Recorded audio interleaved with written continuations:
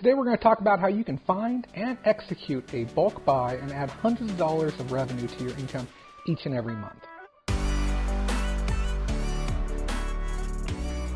Hello again, my name is Jay Craft with the Facebook group Bolorama Pickers Lounge, and today we're going to be talking about bulk buys. We're going to talk about some of the things that you need to know to help mitigate your risk, as well as little tips that you can do to increase your margins along the way. Now, if you haven't seen our previous training videos, I strongly suggest you go check those out, as well as sign up for our Facebook community group, and also subscribe to our channel so you can catch future releases of upcoming training videos as well. Now, this is a very, very lengthy topic. I have many pages of information that we're going to be covering today, and yeah, I'll be looking at it because it's a lot to go through. But the basics are pretty simple. Whether you're spending $100, $1,000, or $10,000 on a buy, you're looking to buy your inventory and sell it for a profit. Simple as that. However, the devil is in the details, and today we're going to be covering some of those details.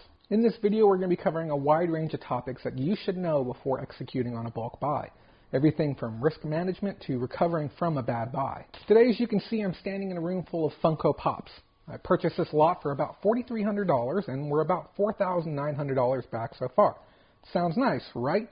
But unfortunately, there was a lot of work that went into this, and I did actually make quite a few mistakes along the way.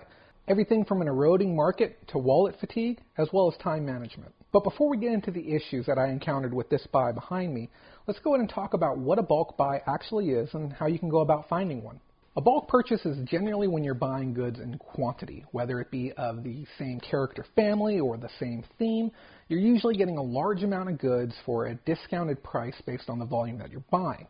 For example, you could be buying 500 spark plugs of all of the same type, or you could be getting 500 spark plugs that are all different varieties, or you could be getting 500 car parts. Whether they fall in the same theme or not, it really doesn't matter, but the way that you evaluate these buys really does. Whether you're taking 500 of one item or 500 different items, you're going to have to look at each buy individually. A bulk buy opportunity can crop up almost anywhere or even be nudged into existence as well. Whether you're at a swap meet when somebody throws in the towel and they don't want to do it anymore, or if you're out at an estate sale and you overhear somebody say, "I don't know what I'm going to do with all this stuff after the yard sale ends today." These opportunities present themselves more often than you realize. You just have to take advantage of them. As far as nudging one into existence, I can think back to a time when I saw a sealed video game on eBay, and it seemed a bit of an anomaly for a new seller to have such a valuable game. It was a $1,000 copy of Jetsons, sealed at the time. That's what it was going for. I went ahead and messaged the seller and asked them, "Hey, do you happen to have anything else? Do you happen to have more stuff? I couldn't help but notice that your account was new." We actually started a dialogue. I completed the purchase on that one, and we followed up more afterwards and learned this person had had an entire video game store worth of inventory that had closed down in the mid-90s. I ended up spending nearly $15 grand doing a bulk buy, and I'll be honest with you, I made almost $80,000 on that one buy alone. I'm not saying go out and message every single person that has a sealed video game for sale, but what I am saying is when you see an opportunity form itself in front of you, I suggest that you jump after it and you try and make something like this happen for yourself. And if you're thinking to yourself, honestly, Jay, those opportunities don't happen for me, well, let me ask, are you going on OfferUp? Are you going on Craigslist? Are you going on Facebook Marketplace? Are you looking in the newspaper when you see businesses that are closing down and making outbound phone calls to try and buy up inventory? And lastly, are you running ads online, letting people know, I buy goods in quantity? And there's plenty of places to post free ads online, and it's not always going to work, but if you can get 1 or 2 calls a year, this purchase right here was an inbound phone call, and I'll even provide the ad for you if you want to use it yourself. But if you're not putting yourself out there to be able to take advantage of bulk buy opportunities, well, they're simply not going to happen for you then. Like I said, with this one right here, we stand to profit nearly $5,000, and it would not have happened if I hadn't been proactive and ran ads online and communicated with people who are looking to sell. Now, for this section, I'm going to stick to the script because it's very important that we understand risk properly. Now that you have a better idea of how the bulk buying works, we need to talk about risk. How much money do you actually have to spend on a bulk buy? If you're looking at this video right now and you say, I don't even have $100 to execute on a bulk buy, well, it's probably not the right time for you then. You may want to continue working on reselling and building up your inventory and building up your daily cash revenue that you have coming in or your weekly totals. And once you have a little bit more play money and you're not waiting on that money each week and you don't have a family that depends on every single dollar that comes in, you have investable money, then it's the time to start looking at doing bulk buying when you have that financial freedom to be able to execute on volume. When we talk about elements within our show, we talk about value over time, and a bulk buy is a value over time opportunity.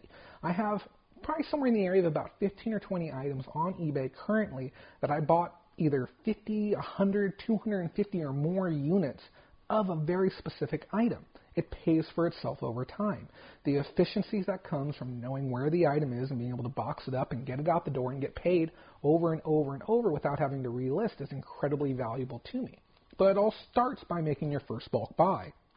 So we need to ask ourselves, how much money are you willing to put out when an opportunity presents itself to you?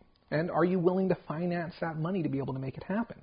Do people around you depend on your income, and is that a risk that you're willing to take? If you feel that executing on a bulk buy will negatively impact other parts of your life, again, it is not the right time for you to be doing this. Before you even get started doing a bulk buy, it's very important that you have the fundamentals of reselling established. You understand how to run listings. You understand how to appropriately price and value an item. You understand how to most efficiently and cheaply do your pack and ship operations. You have all of these things in place for your success. Then when you pull the trigger on this, you're not going to be bogged down by those problems because this is your first experience, your first foray into reselling. Now, if you do stumble across a buy that seems like it might be a good one, but it might displace you just a bit, look into some creative solutions to be able to execute on that buy still.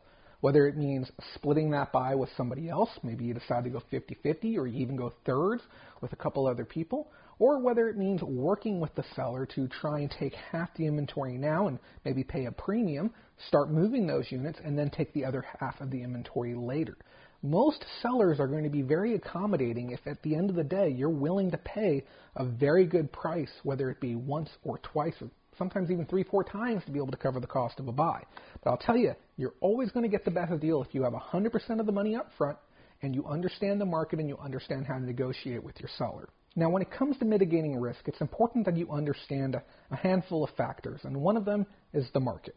The market refers, for me, to who you are able to sell to, your entire reach of consumers. Now, if you're an online seller and you're doing eBay, you pretty much have a global reach, but it's important to take advantage of your local reach as well. We're talking about things like swap meets, online ads, setting up a couple of shelves in your house if you're zoned for it and you feel like taking on that level of additional work, your entire warm market as well, not to mention doing conventions, antique booths, wherever you might go to be able to move some of your inventory. Understanding your market is very, very important. What are the habits of this market? What are consumers spending on these items right now? Whatever the item might be, it's very important that you understand the amount of buying power that your market has based on historical sales. How does one understand the market, though? Well, we have to look at a few factors. Mainly, we're going to be looking online. We're looking at how many units are available today and how frequently are the units actually selling through online. These two numbers together are going to give us a good idea of what we might be able to get away with the item that we have. And we'll have an example for you here in a second. On top of that, we really want to run the numbers appropriately. Let's say, for instance, we have a pop here.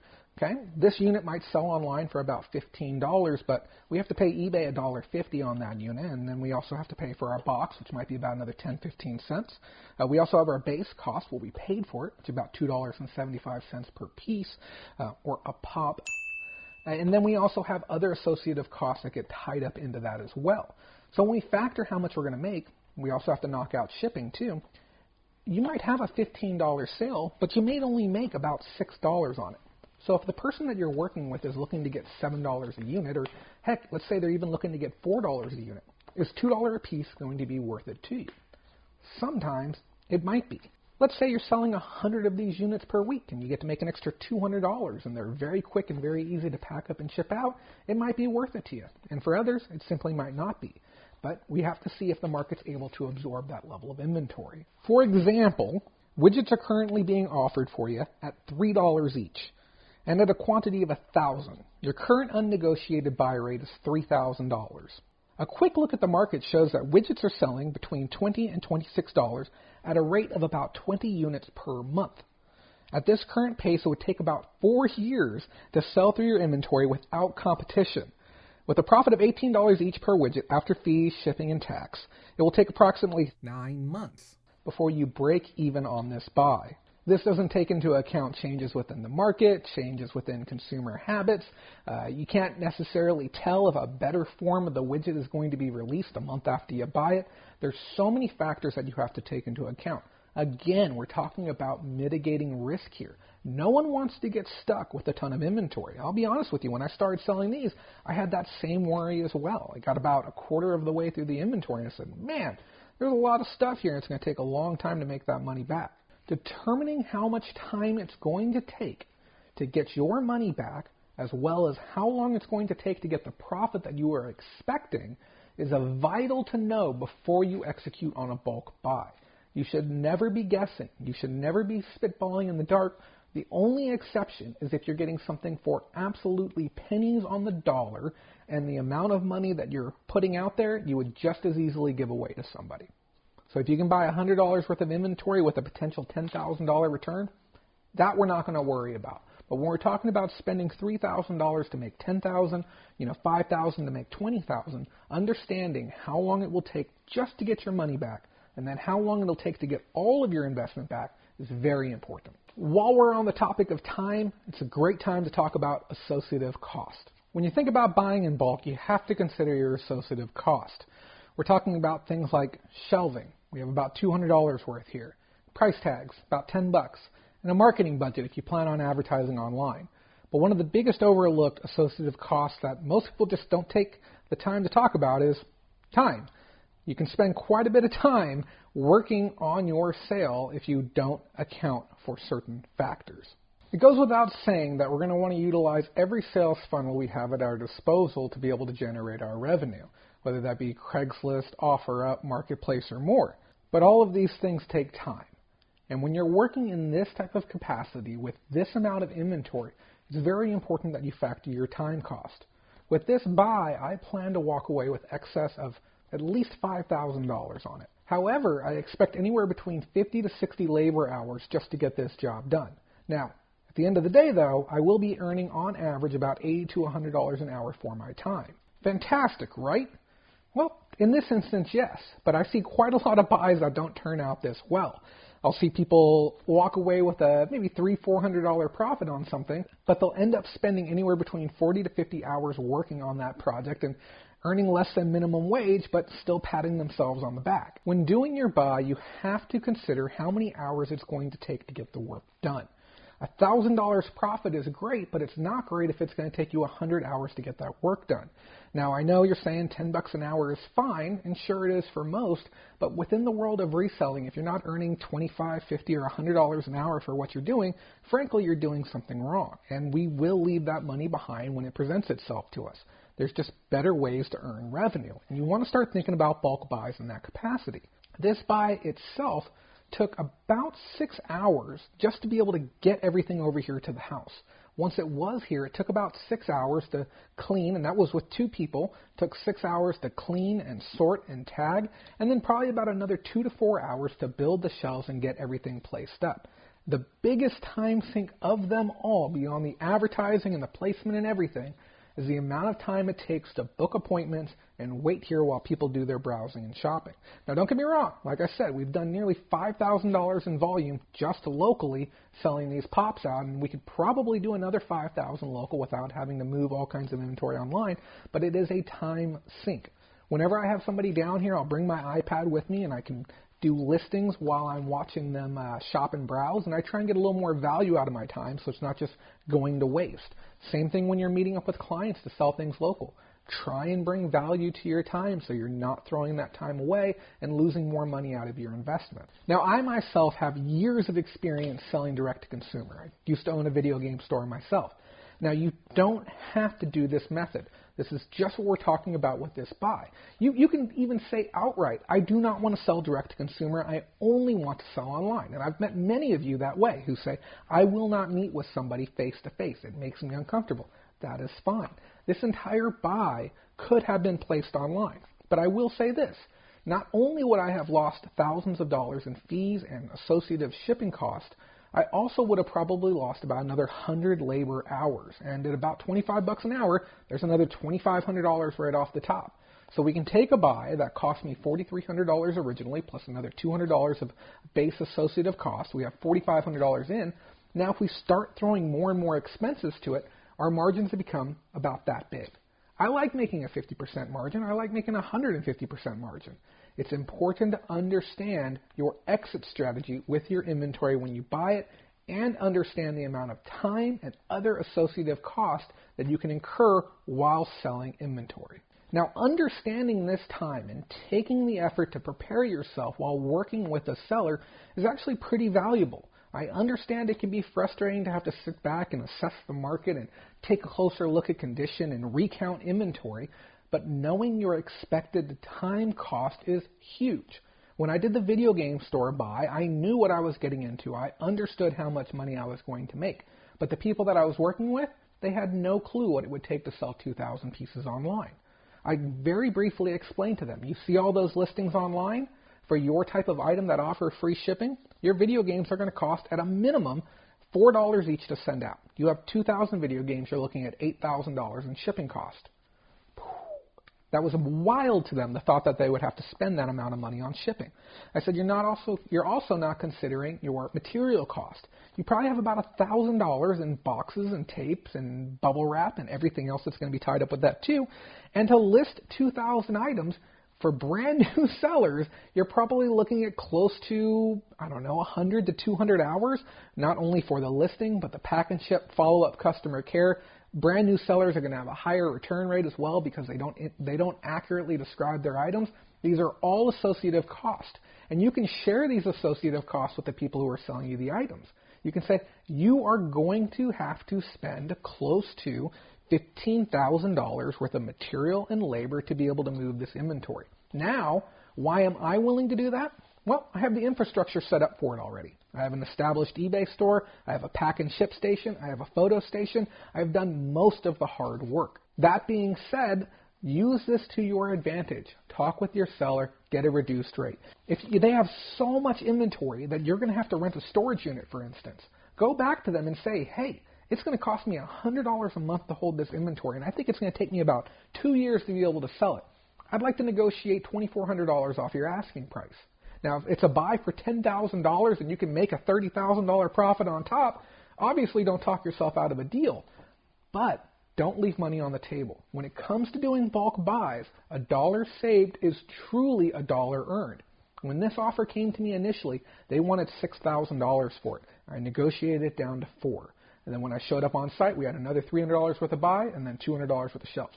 I made $1,500 the day that I bought this inventory because I successfully negotiated the pricing down. Now, if you're horrible with negotiations and you would like our assistance to evaluate a buy, information again is down in the description. We have a brand new website you can get in touch with us at.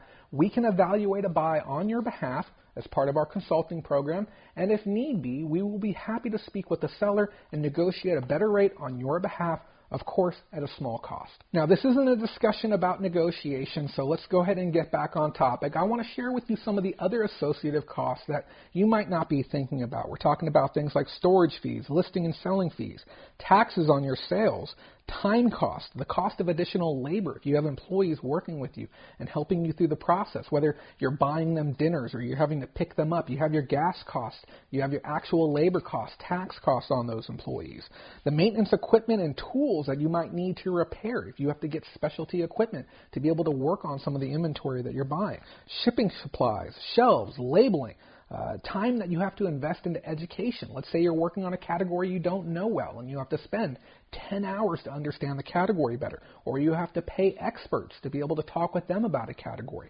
Let's say you have to talk with auction houses, or you're going to be selling the items through an auction house and you have your associative fees there as well. Just be mindful of the hidden cost, because you can have a large buy like this and sit back and say, I'm going to make a fortune. And then before you know it, it turns into a large loss. Not just a loss of your money, but a loss of your time as well.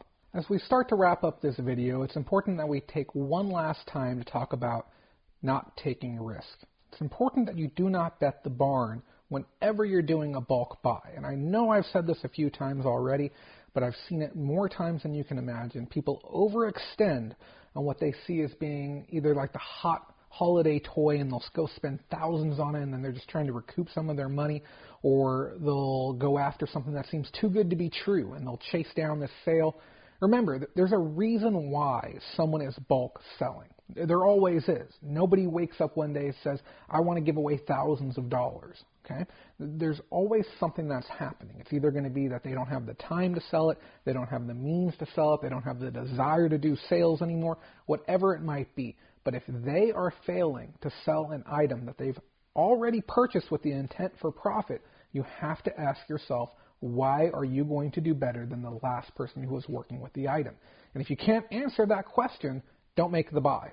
Simple as that. And again, consult with people before you execute on a buy. Doesn't matter if it's me or if it's someone else, but talk with an expert. Don't ask family members who have no experience in reselling, or talk with family members who have never owned a business or never done bulk buying before. You want to speak with experts on stuff like this, people who have experience within e-commerce. Don't be afraid to run a post to either our group or another and say, hey, how does this opportunity look?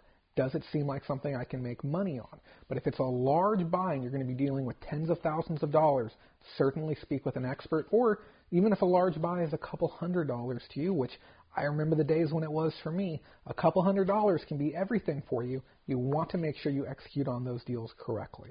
So now that we've finished explaining some of the core fundamentals of bulk buying, and you're still here to this point in the video, I want to explain to you where I went wrong with this buy, with all of these pops around me. I made some fundamental mistakes when I made this purchase, and one of them was the expectation that this inventory was going to be gone in 30 days. Well, the reality is that just simply did not happen. We're about 60 days in right now. Now, minus the 10 days that I was horrifyingly sick right after I had acquired this inventory, I made some other key errors along the way. One, I misevaluated the market. What does that mean? Well, I looked at this inventory and I thought for sure the market is hot and hungry for this inventory. I'll be able to blow this stuff off the shelves, no issue. Where did I get that idea from? Well, I had gone to a convention the previous week, and I had actually worked a booth where I was selling pops, and these things were flying off the shelves. It was the very next Monday that somebody contacted me looking to do a bulk sale.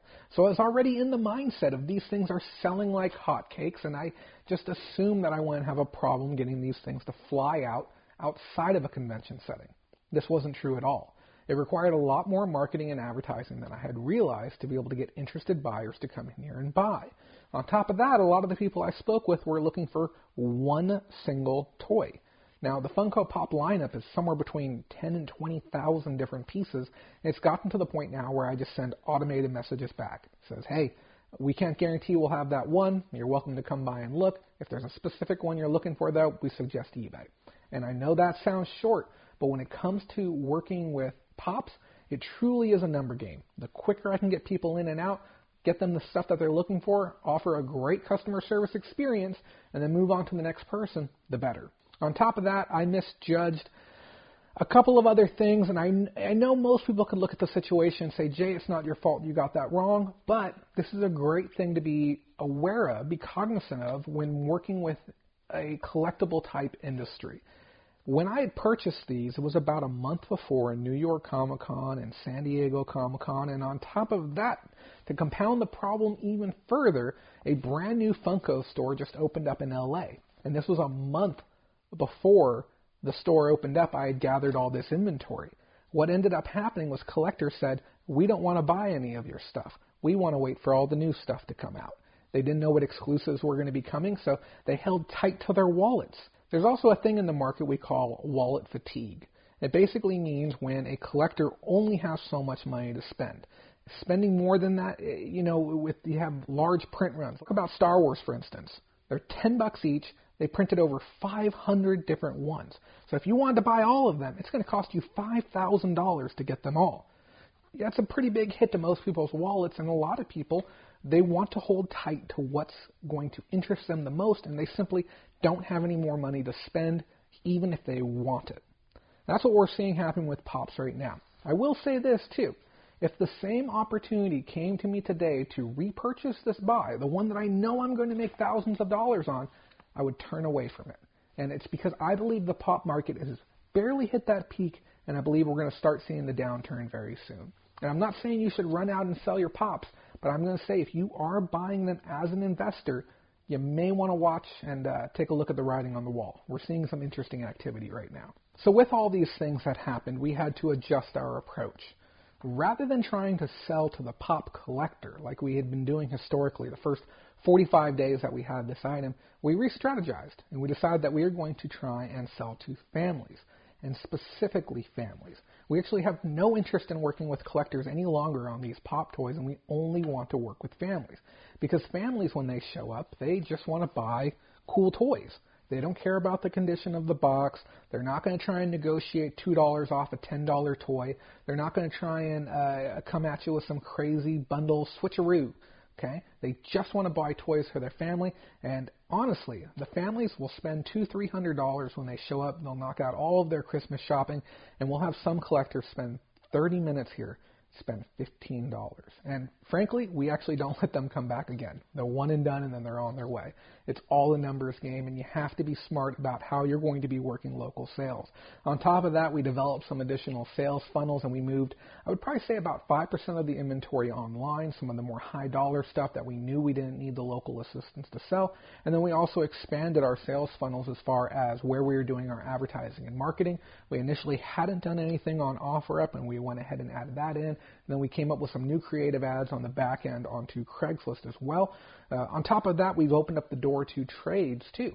So if we have an opportunity to trade our inventory out at a 2x, 3x multiple in the same way that a video game store would, if we could trade our inventory up and out and get into a category that has higher velocity, why not? You know, a very quick interaction can net you an extra couple $100 worth of inventory. So it's another direction that you can go. Staying smart and adaptable with what you're doing when it comes to bulk buying is the best way to protect your investment. Don't be afraid to take a little bit of risk. Okay? It's fine. Sometimes we make mistakes, and sometimes we actually get things right. A little bit of risk is all right, but again, be smart with what you're doing. I want to thank you so much for taking the time to watch this video. I understand that some of these are a little bit long-winded, but we have a lot of stuff to cover. I want to ask you, though, did you learn something new today? What was your biggest takeaway, and have you ever been part of a bulk buy? Let me know down in the description below, and take a moment while you're down there to like the video, subscribe, tell a friend, tell a family member, whomever.